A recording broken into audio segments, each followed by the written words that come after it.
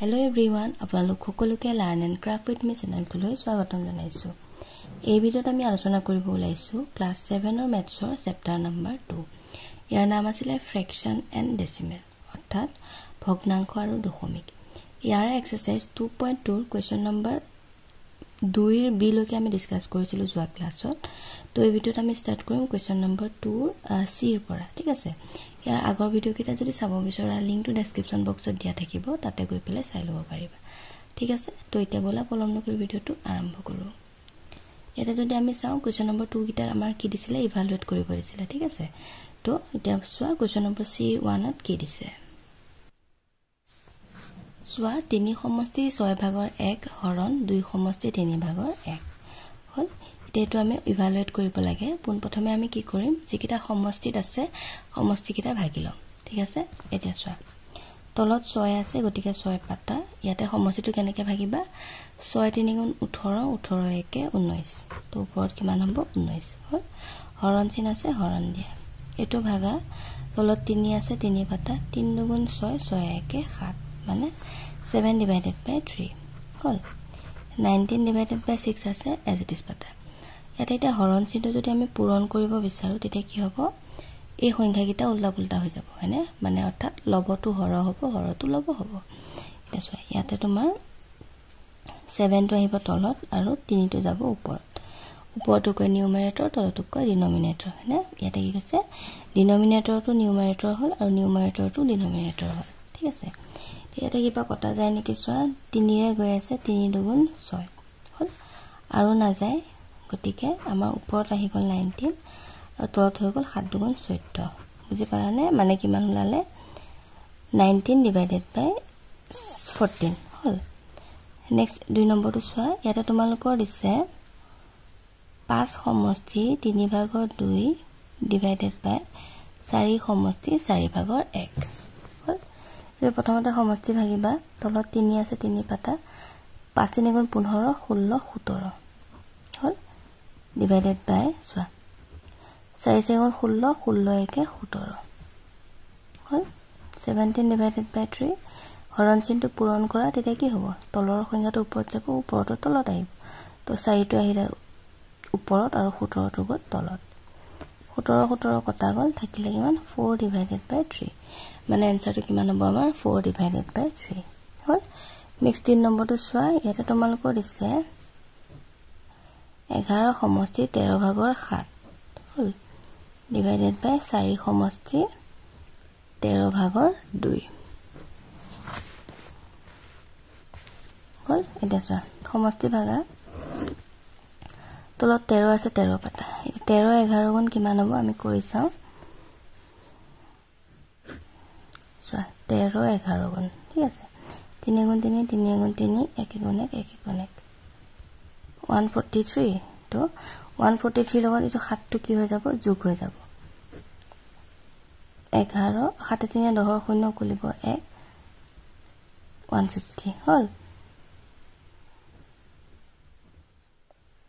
হৰণ চিন আছে, হৰণ দিয়া। নেক্সট আহিলে এই দুটা আকৌ পূৰণ কৰিব লাগিব। তলত 13 আছে, 13 পাতা,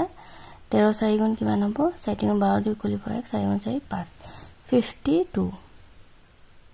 52 লগত 2 যোগ কৰি দিয়া কিমান হ'ব, 54 হ'ব হল। এতিয়া চোৱা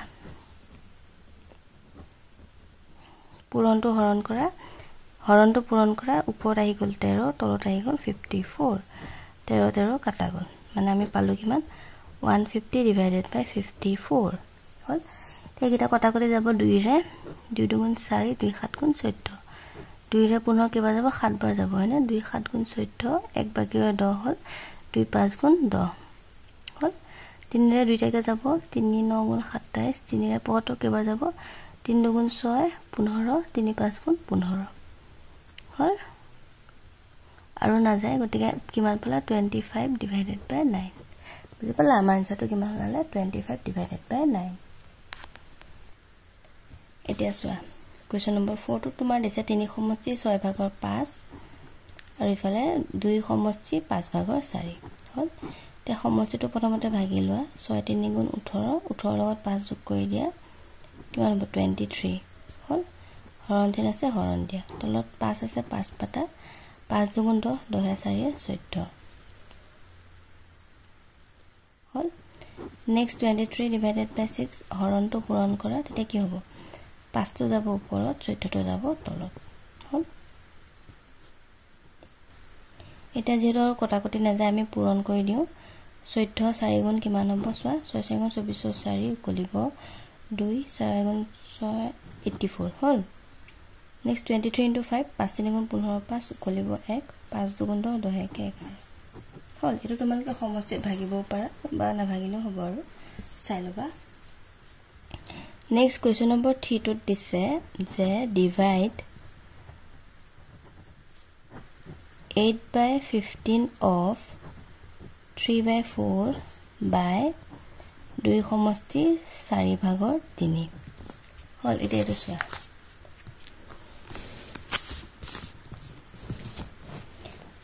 আমাক কি কৈছে যে এই সংখ্যাটোক ডিভাইড কৰিব দিছে ইয়াৰে 2 সমষ্টি 4 ভাগৰ 3 লগত ঠিক আছে প্ৰথমতে আমি এটো কৰি লওঁ এটা চোৱা of 3/4 হল তাক ডিভাইড কৰিব দিছে ইমানেৰে গতিকে ডিভাইড 2 সমষ্টি 3 ভাগৰ 4 হল আমি পাতি লৈছো এতিয়া চোৱা ইয়াতে অফ মানে কি হয় পূৰণ ঠিক আছে আমি প্ৰথমতে এটো কৰি লওঁ কটাকটি যাব 3 ৰে 15 কেবা যাব 3 5 গুণ 15 4 2 গুণ 8 মানে 2/5 পালা হল ইয়াক ডিভাইড কৰিব দিছে এটো সংখ্যাৰে ইয়াক আমি ভাগি লওঁ তলত 4 আছে 4 পাতা 4 2 গুণ 8 8 3 11 হল ডিভাইডেড বাই 11/4 হল নেক্সট স্টেপত আমি কি কৰিম হৰণটো পূৰণ কৰি দিম তেতিয়া কি হ'ব 4 টো ওপৰত যাব তলত আহিব 11 হল এটা দুটা পূৰণ কৰিলে আনসাৰ ওলাই যাব 4 2 গুণ 8 11 5 গুণ 55 মানে 8 ডিভাইডেড বাই 55 হল এটো হৈ গল ইয়াৰ আনসাৰ নেক্সট কোৱেশ্চন নম্বৰ 2 টো চাই লোৱা এটা তোমালোকৰ দিছে ডিভাইড 1 সমষ্টি 22 ভাগৰ 13 বাই দা ৰেচিপ্ৰকেল অফ 6/11 মানে কি কৈছে ইয়াক আমাৰ ডিভাইড কৰিব দিছে the reciprocal of 6/11 এটা 6/11 ৰ ৰেচিপ্ৰকেলৰ হৈতে ইয়াক ডিভাইড কৰিব দিছে এটা চোৱা ইয়াতে আমি প্ৰথমতে জানি লব লাগিব যে 6/11 ৰ ৰেচিপ্ৰকেল কি হয় ঠিক আছে এটা আমি লিখিম যে the reciprocal of 6/11 is equal to 11/6 মানে কি হয় আৰু ৰেচিপ্ৰকেল মানে উল্টা হয় আৰু না প্ৰতিক্ৰম কি হয় হ'ব হৰটো লব হয় লবটো হৰ হয় ঠিক আছে এটা আমাক ডিভাইড কৰিব দিছে এটুলে গতিকে চাই লোৱা প্ৰথমতে ডিভাইড বাই ইমান বাই এটু ঠিক আছে মানে ডিভাইড 1 সমষ্টি 22 ভাগৰ 13 বাই দা ৰেচিপ্ৰকেল অফ ইমান ঠিক আছে গতিকে ডিভাইড কৰা ৰেচিপ্ৰকেলটো আমি উলিয়াই ললো কিমান 11/6 হল এটা চোৱা এটা পূৰণ কৰা 22 গুণ 22 22 এ 13 কিমান হ'ব চোৱা 22 ৰ লগত যদি 13 যোগ কৰা 13 আৰু 22 5 35 হল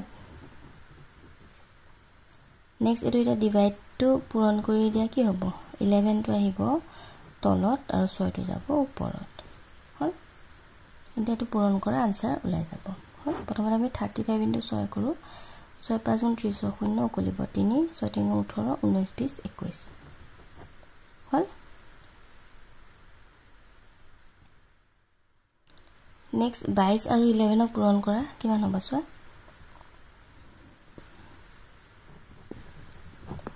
2 গুণ 2 2 গুণ 2 2 গুণ 2 2 গুণ 2 242 এটো এটা কাটা যাব মানে আমি কাটি চাও 2 ৰে দুটাকে যাব 2 গুণ 2 2 গুণ 4 2 গুণ 2 2 গুণ 2 2 5 গুণ 10 হল মানে কিমান হলে 105 ডিভাইডেড বাই 121 হল এটো হৈ গল আমাৰ আনসাৰ মানে বুজি লবা আৰু কোৱেশ্চনটোত কি কয় ৰেচিপ্ৰকেল মানে কি আমি জানো প্ৰতিক্ৰম ৰেচিপ্ৰকেল উলিয়াব জানাই তোমালোকে মানে প্ৰশ্নটো যেনেকে কয় হেমতে কইলে হ'ল আৰু এটা কলে ডিভাইডেড এই সংখ্যাটো দিছে মানে ভগ্নাংকটো বাই দা ৰেচিপ্ৰকেল অফ ইমান হল বাই বুলি দিছে ন তাৰ আগত যেটো সংখ্যা থাকিব হেতুৱে মানে ডিভাইড কৰিব লাগিব বাই পাছত থকা সংখ্যাটো বুজি পাইছানে আৰু এটা চাই লোৱা নেক্সট কোৱেশ্চন নম্বৰ 3 টো ইয়াতে আমাৰ দিছে divide the product of 1/3 and 2/5 by the product of 3/7 and 2/5 হল এটা সোয়া বাই বুলি যে দিছে তাৰ আগৰ যেটো সংখ্যা থাকিব মানে তাৰ পৰা ডিভাইড কৰিব লাগিব পাছৰটোক ঠিক আছে এটা প্ৰডাক্ট অফ 1/3 and 2/5 বুলি ক'লে তো আমি কি কৰিম প্ৰথমতে ইহঁতৰ প্ৰডাক্ট কিটা কিমান হয় উলিয়াই লওঁ ঠিক আছে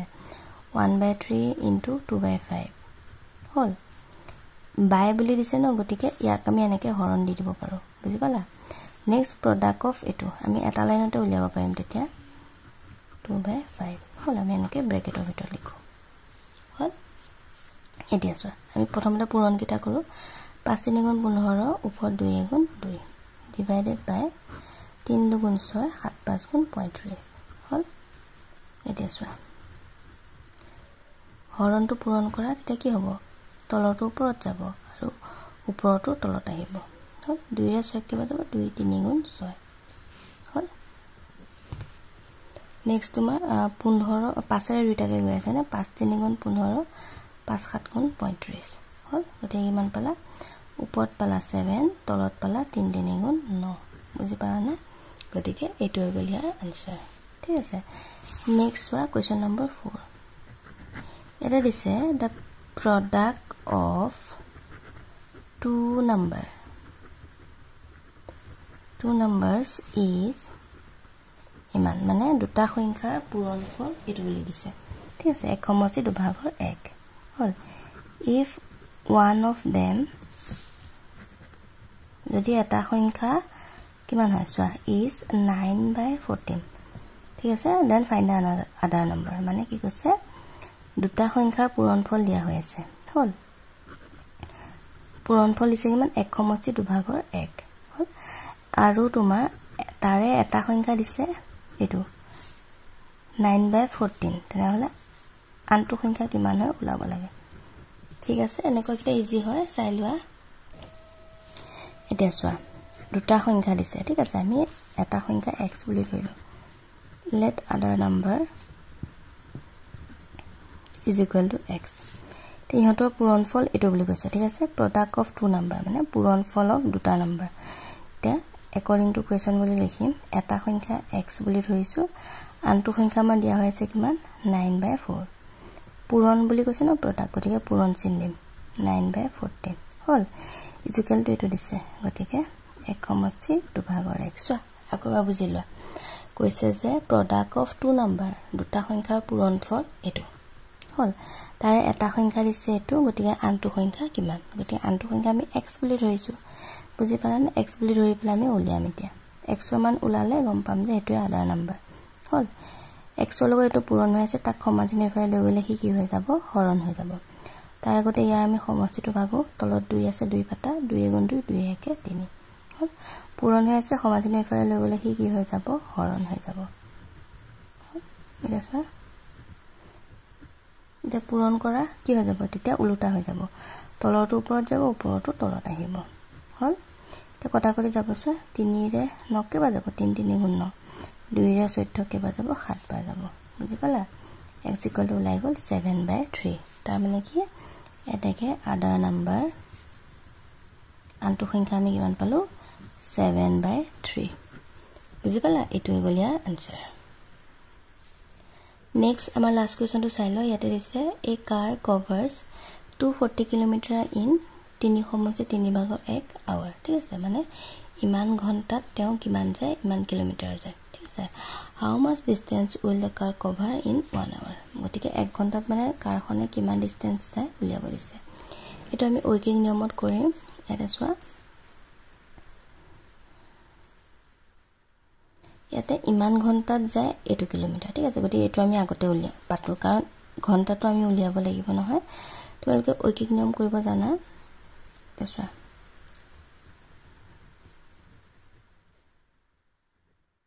এটা লিখিবা প্ৰথম ইন 3 সমষ্টি 3 ভাগৰ 1 আৱাৰ the car covers